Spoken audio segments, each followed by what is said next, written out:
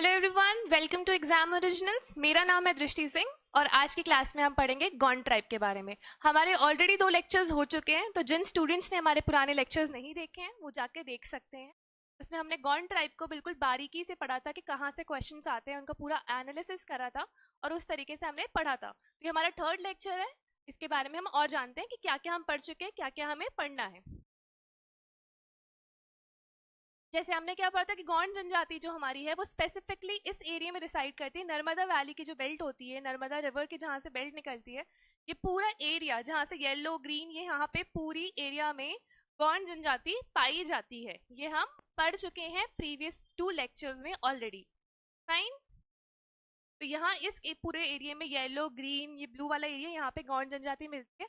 Specifically ये वाले side को छोड़ते, विच इज नॉर्दर्न साइड, यहाँ को छोड़ के यहाँ पे सहारिया जनजाति मिलती है। सहारिया जनजाति हम पढ़ चुके हैं, सहारिया जनजाति हम आगे वाले लेक्चर्स में देखेंगे। तो यहाँ से आप नोटिस करें कि जो गौंड जनजाति वो ऑलमोस्ट पूरे एमपी में पाई जाती है। स्पेसिफिकली नॉर्दर्न एरिया को छोड़ के यहाँ पे नहीं मिलती है यहाँ पे, और अदरवाइज वो सारी जगह पे मिलती है। सबसे ज़्यादा पॉपुलेशन उनकी इसी डिस्ट्रिक्ट्स में मिलती है, जो अपने नर्मदा वैली वाला जो बेल्ट हो गया वहाँ पे ही इनकी ज़्यादा पॉपुलेशन पाई जाते हैं, मतलब ज़्यादा तादाद में ये लोग पाए जाते हैं। अब हम पढ़ते हैं गौंड जनजाति के और रिचुअल्स क्या क्या होते हैं, उनमें क्या क्या सेरेमनीज होते हैं, इनके कल्चर किस तरीके से होता है, ये अब हम आगे पढ़ते हैं। जैसे गौंड जनजाति में बहुविवाह की प्रथा है। बहुविवाह मतलब क्या होता है, एक इंसान की ज्यादा से ज्यादा शादी करते हैं तो उसको बहुविवाह कहते हैं। एक पुरुष की कई पत्नियां, ठीक है। तो इसको हम क्या बोलते हैं, पॉलीगैमी बोलते हैं इंग्लिश में, ठीक है। Polygamy is prevalent. या जैसे पहले के ज़माने में हम देखते थे, होता था पहले के ज़माने में कहते एक राजा थे, उसकी काफ़ी सारी रानियां रहती थी। वैसे इसमें बहुत ज़्यादा तो नहीं, लेकिन 2-3 शादी अलाउड होती है। यहाँ पे बहुविवाह की जो प्रथा है वो प्रचलित है काफ़ी ज़्यादा।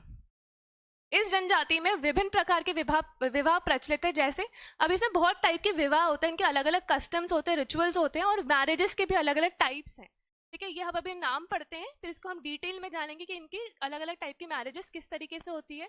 क्वेश्चंस आते हैं इसमें से एमपीपीएससी से, कि जैसे स्पेसिफिक पूछ लेगा कि ये विवाह, ये इसमें क्या होता है, इस प्रथा में क्या होता है, ये किस टाइप का विवाह है, इसमें क्या होता है। कि आपको मैच द कॉलम्स में भी बहुत बार क्वेश्चन आते हैं कि ये बताओ, ये विवाह सिस्टम दे देंगे स्पेसिफिक ट्राइब्स के, और फिर उनका नाम डिस्क्रिप्शन दे देंगे। तो अगर आपको नॉलेज नहीं होगी तो आप मार्क कैसे करो।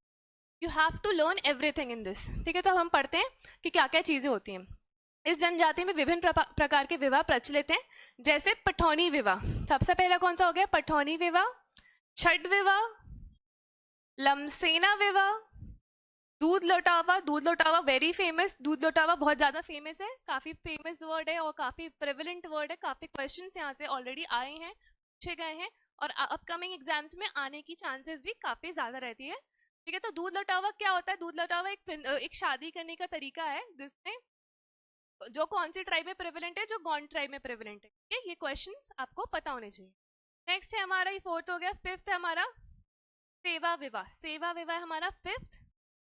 नेक्स्ट में हमारा 6th में है अपना बहुपति विवाह, पॉलीहर विवाह प्रणाली, जिसको क्या बोलते हैं, पॉलीहर विवाह प्रणाली, ठीक है। ये इंग्लिश वाले भी देख लें, अलग अलग टाइप के जो मैरिजेस हैं, ठीक है। क्लियर। ये इनके विवाह के कस्टम्स हैं, किस तरीके से इनकी शादियां होती हैं, यहाँ से आप लोग देख सकते हैं, ठीक है। अब हम एक एक विवाह की जो प्रथा, जो अपन एक विवाह सिस्टम पर, एक विवाह जो है उसको हम डिटेल में पढ़ेंगे कि इस पर्टिकुलर जो मैरिज सिस्टम होता है उसमें किस तरीके से शादी होती है, किस तरीके से हम शादी के रिचुअल्स होते हैं, ये हम पढ़ेंगे। फर्स्ट है हमारा सेवा विवाह, ठीक है। सेवा विवाह, सेवा विवाह क्या कर रहा है, बोल रहे हैं, जब वर दहेज, जब वर मतलब दूल्हा दहेज वधु मूल्य नहीं दे पाता, वो वधु के पिता की सेवा करता है। यदि पिता प्रसन्न हो जाते हैं तो वो अपनी पुत्री का विवाह उस लड़के से कर देते हैं। इस प्रकार के विवाह को सेवा विवाह कहते हैं। ऐसे व्यक्ति को लमनाई, वेरी इंपॉर्टेंट, ऐसे व्यक्ति को हम लमनाई कहते हैं। क्या हो रहा है इसमें स्पेसिफिक सेवा विवाह में, आप नोटिस करो। सेवा विवाह या सर्विस मैरिज क्या होता है कि देखो, यहाँ पे जो सारे tribal, most of the tribal cultures में, सारी नहीं बोलूंगी, most of the tribal cultures में क्या होता है कि यहाँ पे ब्राइड प्राइस देनी पड़ती है। जैसे स्पेसिफिकली हम अपने जो अपनी सोसाइटी में देखते हैं तो लड़की वाले लड़के वालों को दहेज देते हैं, बट यहाँ पे ऐसा केस नहीं होता, यहाँ पे लड़के वाले लड़की वालों को दहेज देते हैं, उनको ब्राइड प्राइस बोलते हैं, उसको ब्राइड प्राइस बोलते हैं। तो जब लड़के वाले जो लोग होते हैं वो ब्राइड प्राइस नहीं पे कर पा रहे होते हैं और वो शादी करने में इंटरेस्टेड रहते हैं, तो वो क्या करेगा, जो लड़की के जो पिता होंगे, जो उनके ससुर लगेंगे, उनके घर जाके सेवा करता है, उनके घर में जाके रहता है, उनकी सेवा करता है। और अगर उनका जो लड़की के जो फादर हैं वो काफ़ी इम्प्रेस हो जाते हैं, खुश हो जाते हैं उसकी सेवा से, तो वो अपनी बेटी की शादी उस लड़के से करवा देते हैं। तो आप अपने लड़की के घर जाके लड़का रहता है, उसको हम सेवा विवाह कह रहे हैं। फिर से समझाऊं, फिर से कोई किसी को कुछ डाउट किसी चीज में, क्या हो रहा है, लड़की के घर जाके लड़का रहता है और अपने जो होने वाले फादर इन लॉ होते हैं उनकी सेवा करता है, और सेवा से अगर वो इम्प्रेस हो गए, खुश हो गए, सेटिस्फाइड हो गए, तो अपनी लड़की की शादी उस पर्टिकुलर लड़के से करवा देते हैं। ये विवाह की जो प्रणाली है, ये विवाह का जो सिस्टम है, उसको हम सेवा विवाह कहते हैं। ठीक है, और जो ऐसा व्यक्ति है उसे हम क्या कहते हैं, लमनाई। ठीक है, लमनाई, ये भी क्वेश्चन पूछ सकते हैं कि ऐसा जो व्यक्ति होता है जो ऐसा काम करता है उसे क्या बोलते हैं, हम लमनाई बोलते हैं। ठीक है, ठीक है। नेक्स्ट हमारा छठ विवाह। छठ विवाह या गौण जनजाति में सबसे अधिक प्रचलित विवाह है। ठीक है, ज्यादा इसमें स्पेसिफिक नहीं पढ़ना हमको, क्या होता है सबसे ज्यादा अधिक कौन सा होता है, छठ विवाह की प्रणाली जो होती है वो सबसे ज्यादा होती है। सेवा विवाह सबको क्लियर है, सेवा विवाह इज वेरी इंपॉर्टेंट। आगे पढ़ते हैं। ठीक है, next very very important which is दूध लौटावा। स्टार मार्क कर रही हूँ मैं, दूध लौटावा। ठीक है, दूध लौटावा बहुत क्वेश्चंस आए हैं, बहुत क्वेश्चंस आगे भी आ सकते हैं। दूध लौटावा कौन सी जनजाति से रिलेटेड है, दूध लौटावा में क्या होता है, तो ये आपको पता होना चाहिए। तो पढ़ते हैं हम अच्छे तरीके से। मध्य प्रदेश में प्रचलित इस विवाह में चाचा ताऊ और मामा मौसी के बच्चों से के बीच विवाह होता है। दहलग और ननिहाल परिवारों में दहलग और ननिहाल परिवारों में विवाह गांव अपने नैतिक अधिकार मानते हैं। भाई अपनी बहन की लड़की से विवाह करने का पहला हकदार होता है। ओके, ठीक है, सबको रीड कर देती हूँ फिर समझाती हूँ ढंग से। इस रिश्ते में दूध लौटाना, इस रिश्ते को दूध लौटाना भी कहा जाता है। देखो स्पेसिफिकली समझाते हैं, अब स्टेप बाय स्टेप पढ़ते हैं कि क्या बोल रहे हैं। जो हम अपने मेटर्नल और पेटर्नल कजन से जब शादी आपस में कर देते हैं तो उसको बोलते हैं, उस प्रथा को बोलते हैं दूध लौटाना। ठीक है, इसमें यही बोल रहे हैं जो अपने मेटर्नल और पेटर्नल जो कजन्स होते हैं, ठीक है, चाचा के लड़के से शादी हो जाए या आपकी मौसी की लड़की से शादी हो जाए, तो ये जो आपस में खुद के भाई बहन से नहीं, जो कजन्स आपके पढ़ रहे हैं, कजन के बीच में जब आपस में मैरिज हो जाती है तो उसको हम दूध लौटावा का प्रिंसिपल बोलते हैं, दूध लौटावा टाइप की मैरिज बोलते हैं। ठीक है, इसमें ये लाइन पढ़ो, भाई अपनी बहन की लड़की से विवाह करने का पहला हकदार होता है। ठीक है, इस रिश्ते को दूध लौटाना कहते हैं। इस रिश्ते को स्पेसिफिक क्या बोलते हैं, दूध लौटाना कहा जाता है। लड़का लड़की की मर्जी के बजाय माता पिता की तानाशाही सर्वोपरि होती है। ठीक है, अब क्या मतलब हुआ इस चीज का, इंस्टेड ऑफ द बॉयज और girls consent dictatorship of parents is supreme. मतलब ज्यादा से ज्यादा किसकी, पेरेंट्स की चलती है, ज्यादा उसकी इच्छा की, लड़के लड़की की इच्छा की ज्यादा नहीं रखी जाती, कि भाई उतनी ज्यादा इच्छा उनकी नहीं मानी जाती, जो उसके उनके पेरेंट्स चाहते हैं उन्हीं की ज्यादा बात मानी जाती है इसमें। लेकिन आपको स्पेसिफिकली याद क्या रखना है इस चीज में, दूध लौटावा मतलब दूध लौटावा की जो शादी है, दूध लौटावा टाइप की जो मैरिज है, उसमें आपको क्या याद रखना है, आपको याद रखना है कि यहाँ पे आपके मेटर्नल मतलब मम्मी के साइड से और पेटर्नल मतलब पापा के साइड से, मेटर्नल और पेटर्नल कजन्स में जब आपस में शादी हो जाती है उसको उस चीज को हम बोलते हैं दूध लौटाना। और उस टाइप की जो शादी होती है उसको बोलते हैं हम दूध लौटावा टाइप की शादी, दूध लौटावा टाइप का विवाह। Okay fine, very important. तो दूध लौटावा कहाँ कौन से ट्राइब में चलता है, वो हमारे गौंड ट्राइब में किया जाता है। बहुत सारी ट्राइब में पेटर्नल मेटर्नल कजन्स में शादी हो जाती है, एक आध दो की ट्राइब्स होंगी जो छूट जाती है, अदरवाइज ये लोग मेटर्नल पेटर्नल शादी कजन्स के साथ शादी करना इनके लिए बहुत नॉर्मल हो जाता है यहाँ पे। ठीक है, देखो ये लड़का दूल्हा बना हुआ है, फोटो देखिए सबको, अच्छा दूल्हा बना है। नेक्स्ट पढ़ते हैं। ठीक है, यहाँ अपने दूध लौटावा प्रिंसिपल क्लियर है। अब हम पढ़ते हैं पॉलीथर विवाह। ठीक है, ये हमारे अलग अलग टाइप के विवाह है, क्वेश्चंस आने के चांसेस ज्यादा रहते हैं इसलिए हम पढ़ रहे हैं सबको। पॉलीथर विवाह प्रणाली या प्रथा गौण जनजाति में अपहरण विवाह के रूप में पाई जाती है। ठीक है, अपहरण अपन क्या होता है, एक तरीके से किडनैपिंग टाइप की जो मैरिज होती है उसमें ये बोलते हैं अपहरण विवाह। ठीक है, पॉलीथर मैरिज को क्या बोलते हैं, दूसरा नाम क्या है, पॉलीथर मैरिज, किडनैपिंग मैरिज, अपहरण विवाह। ठीक है, 3 नाम हो गए इसके, सिंपल है, इसमें कुछ समझाने वाला नहीं है। नेक्स्ट है हमारा पठौनी विवाह। इसमें वधू लड़की अपनी बारात लेकर लड़के के घर जाती है, ठीक है, डिफरेंट है, ये याद करना थोड़ा सा मुश्किल होगा, तो यार उसको स्टार मार्क कर रही हूँ। पठौनी विवाह में क्या कर रहे हैं, लड़की जो वधू है, दुल्हन है, ब्राइड है, वो क्या कर रही है, बारात लेके लड़के के घर जा रही है। हाँ, उल्टा हो रहा है, क्या हो रहा है, लड़की जो दुल्हन है वो बारात लेके लड़के के घर जा रही है। तो इसे हम कौन सा सिस्टम बोलते हैं, कौन से टाइप की मैरिज है, ये हमारी है पठौनी विवाह। लड़की बारात लेके लड़के के घर जा रही है, उसे हम बोलते हैं पठौनी विवाह। ठीक है, और पॉलीथर हम पढ़ चुके हैं, पॉलीथर तो नॉर्मल शादी थी। ठीक है, पॉलीथर में क्या होता था कि अपहरण विवाह, किडनैपिंग मैरिज होती थी। ठीक है, और यहाँ पे क्या है, पठौनी विवाह में लड़की लड़के वाले को घर जा रही है शादी के बारात लेके, शादी करने के लिए, तो हम बोलेंगे पठौनी विवाह। ठीक है, नेक्स्ट लम सेना विवाह, ये भी बहुत इंपॉर्टेंट है, लम सेना विवाह, ये भी काफी ज्यादा इंपॉर्टेंट है। यह विवाह वो होता है जिसमें लड़का विवाह के बाद लड़की के घर पे रहता है। ठीक है, क्या मतलब हुआ, मतलब अगर आपकी शादी हो गई तो आप शादी के बाद लड़की के घर शिफ्ट हो जा रहे हो, कंपेयर मतलब आप जैसे लड़कियां जाती लड़के वालों के घर, लेकिन ये इस पर्टिकुलर शादी में, इस पर्टिकुलर टाइप की शादी में, लमसेना विवाह में लड़का होगा वो शिफ्ट हो जाएगा लड़की वालों के घर। ठीक है, घर जमाई बन के, इसी को बोलते हैं हम लमसेना विवाह। लड़का लड़की वालों के घर शिफ्ट हो जा रहा है एज अ घर जमाई बन के, उसे हम बोलते हैं लमसेना विवाह। आई होप आप सबको यहाँ तक क्लियर होगा। आगे हम कंटिन्यू करते हैं।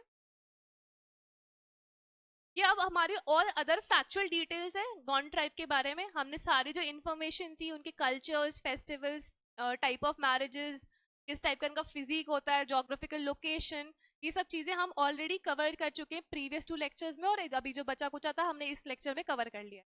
तो अभी जो अदर फैक्चुअल इन्फॉर्मेशन है जो छूट गई है, उनको हम कवर करते हैं। ठीक है, जैसे सबसे पहला क्या, पेज इनका मुख्य भोजन है, पेज इनका मुख्य भोजन है, इनका फेवरेट फूड, फेवरेट क्या सबसे ज्यादा कंज्यूम करते हैं, तो पेज इनका एक मेन फूड है। ठीक है, गोत्र गौंड में पाए जाते हैं और परिवार पितृ सत्तात्मक होता है। ठीक है, क्या होता है इसमें, गोत्र में ये बिलीव करते हैं, और इनकी जो फैमिलीज होती है वो पेट्रियार्कल नेचर की होती है, जिसको हम बोलते हैं पितृ सत्तात्मक समाज।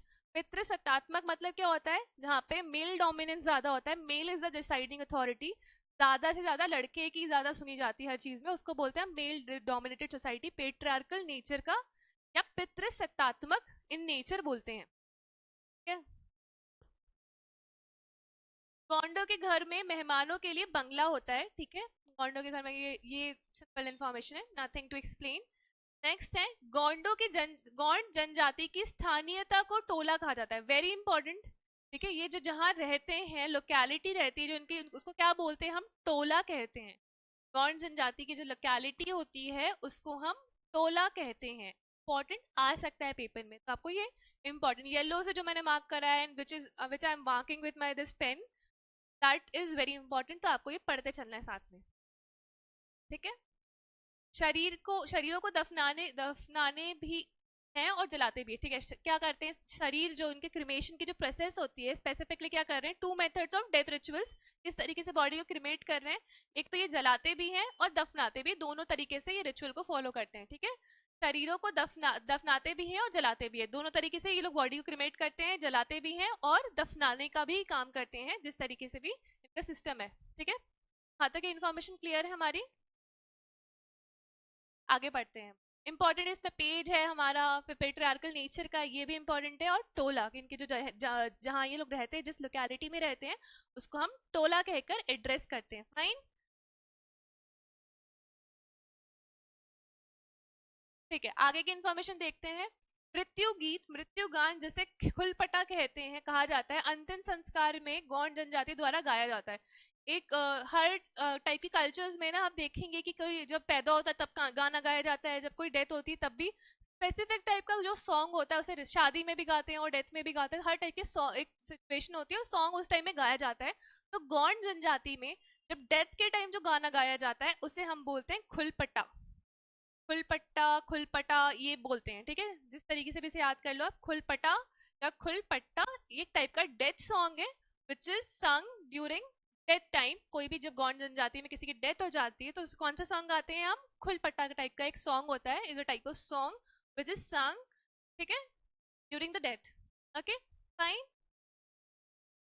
गौंड महिलाएं गुतना प्रिय होती है, ठीक है। क्या इनको शौक होता है इसका, टैटू बनवाने का, ठीक है। बहुत सारे ट्राइबल कल्चर्स में इनको काफी ज्यादा शौक होता है अपने बॉडी पे टैटू बनवाने का, ठीक है। तो इनको बोलते हैं गुतना प्रिय, गुतना प्रिय, ठीक है। ये इनके नाम होते हैं। फाइन, आगे बढ़ते हैं। गौंड जनजाति की साक्षरता दर 60.1% है, वेरी इंपॉर्टेंट, ठीक है, इंपॉर्टेंट।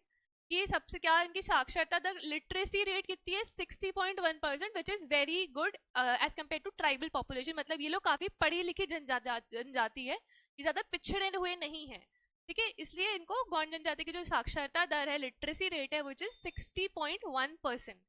ओके, ठीक है। अब हम पढ़ते हैं सोशियो कल्चरल स्टडी करी गई एक प्रोफेसर द्वारा, ठीक है। सोशियो कल्चरल स्टडी, ठीक है, ये लिखा है मैंने। एक सोशियो कल्चरल स्टडी करी कि इनकी सोसाइटी किस तरीके से होती है, इसको क्या बोलेंगे हिंदी में, सामाजिक सांस्कृतिक अध्ययन करा गया एक प्रोफेसर द्वारा। कौन से प्रोफेसर थे, श्याम चरण दुबे द्वारा करा गया। तो इनने बताया कि this tribe speaks the unwritten language of Gondi dialect. एक डायलेक्ट होता है Gondi dialect which is related to Dravidian language, ठीक है। द्रविडियन हम पढ़ चुके हैं। द्रविडियन मतलब क्या होता है, जो लैंग्वेजेस, जो states which are related to southern states. तो इनके जो ओरिजिन आप बोल सकते हो सर्दर्न स्टेट से कुछ रिलेटेड है, और इनके लैंग्वेजेस, जो लैंग्वेज, जो डायलेक्ट जो बोलते हैं गोंडी डायलेक्ट, वो द्रविडियन लैंग्वेज से मिलता जुलता है काफी ज्यादा, ठीक है। तो द्रविडियन ओरिजिन का इन्हें माना जाता है, गौंड ट्राइब के लोगों को द्रविडियन ओरिजिन का माना जाता है। गोंडी डायलेक्ट भी इनकी द्रविडियन लैंग्वेज से ही निकली गई है, मतलब तो सोशियो कल्चर स्टडी किसने करी थी गौंड ट्राइब के बारे में, श्यामचरण दुबे ने करी थी। हिंदी में बोलते सामाजिक सांस्कृतिक अध्ययन किसने करा था, प्रोफेसर ने करा था। कौन से प्रोफेसर, श्यामचरण दुबे। देखो ये टैटू बनवाया इनने है, ये लोग काफी ज्यादा टैटू बनवाते हैं, इनको गुटना प्रिय या गुटना प्रिय बोलते हैं काफी ज्यादा, ठीक है। आगे पढ़ते हैं। ये अदर इंफॉर्मेशन है which is related to a Gond tribe, तो हम आगे पढ़ते हैं। गोंडी भाषा को वर्ष 2019 में मध्य प्रदेश पाठ्यक्रम पुस्तक निगम में शामिल किया गया है, ठीक है। क्या करा क्या, गोंडी जो लैंग्वेज है उसको हमने 2019 में, जो मध्य प्रदेश की टेक्स्ट बुक है, कौन सी, Madhya Pradesh text book corporation in the year 2019, उसमें उसको इंक्लूड कौन सी ईयर में किया था। आपको फैक्ट याद रखना है, मैंने इसको येलो से इसलिए मार्क करा है क्योंकि वो चीज आपके दिमाग में बैठ जाएगी, याद रहेगी चीज। तो 2019 में हमने इनको इंक्लूड किया था गोंडी डायलेक्ट को। तो गोंडी डायलेक्ट को कब इंक्लूड किया गया, तो 2019 में किया गया, 2019 में गोंडी डायलेक्ट को इंक्लूड करा गया है मध्य प्रदेश की पाठ्यक्रम पुस्तक में। ओके,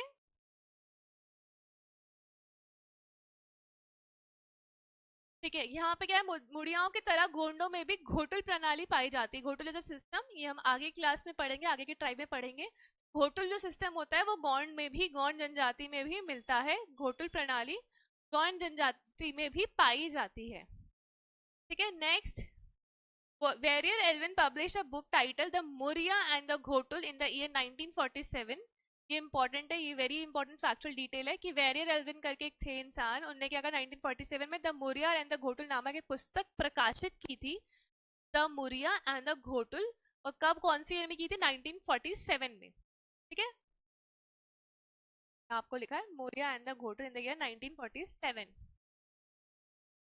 गौंड महिलाओं द्वारा घर की दीवारों को मिट्टी से उभरी हुई रेखाओं को से सजाया जाता है, जिसे नोधोरा कहते हैं। ये क्वेश्चन हमारा आया हुआ है ऑलरेडी, एमपीपीएससी के प्रीवियस क्वेश्चन पेपर आपने पढ़े होंगे, आप एनालाइज करा होगा और आपने दिया होगा खुद से पेपर। तो ये क्वेश्चन आया था कि नोधोरा, नोधोरा, ठीक है, नोधोरा कहाँ इंग्लिश में कहाँ लिखा है, नोधोरा जो है, नोधो, फिर से लिख देती हूँ।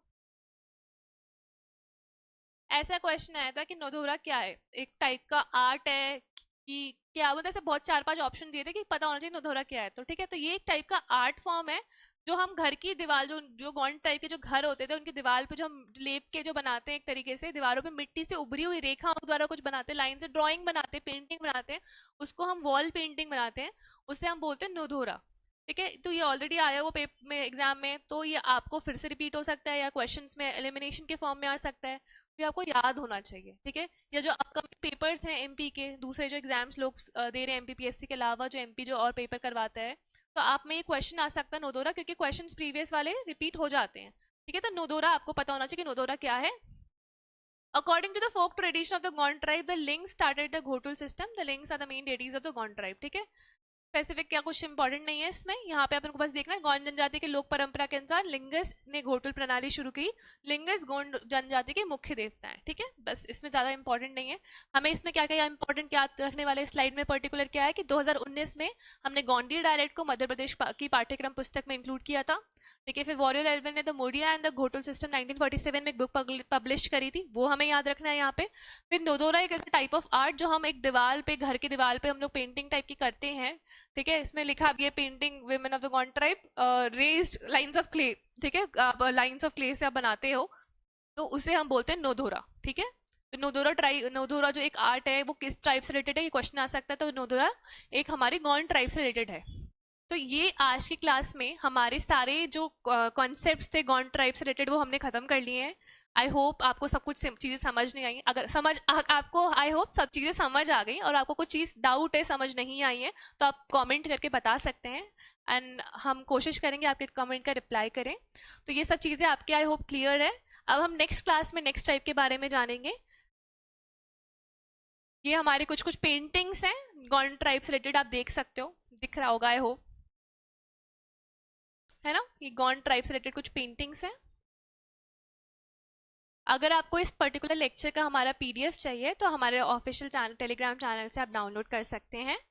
और अभी हमारा न्यूली लॉन्च बैच चल रहा है 2026 का, जो प्रीलिम्स दे रहे हैं उनके लिए लॉन्च है ये बैच। अगर आप ज्वाइन करने में इंटरेस्टेड है, आप ज्वाइन करना चाहते हैं तो आप कर सकते हैं बिल्कुल। और I hope you like the lecture. अब हम नेक्स्ट क्लास में अलग अलग ट्राइब्स के बारे में, जो एक्स्ट्रा जो अदर ट्राइब्स है जिसके बारे में हम पढ़ेंगे, तो हम वो नेक्स्ट क्लास से कंटिन्यू करेंगे। Thank you.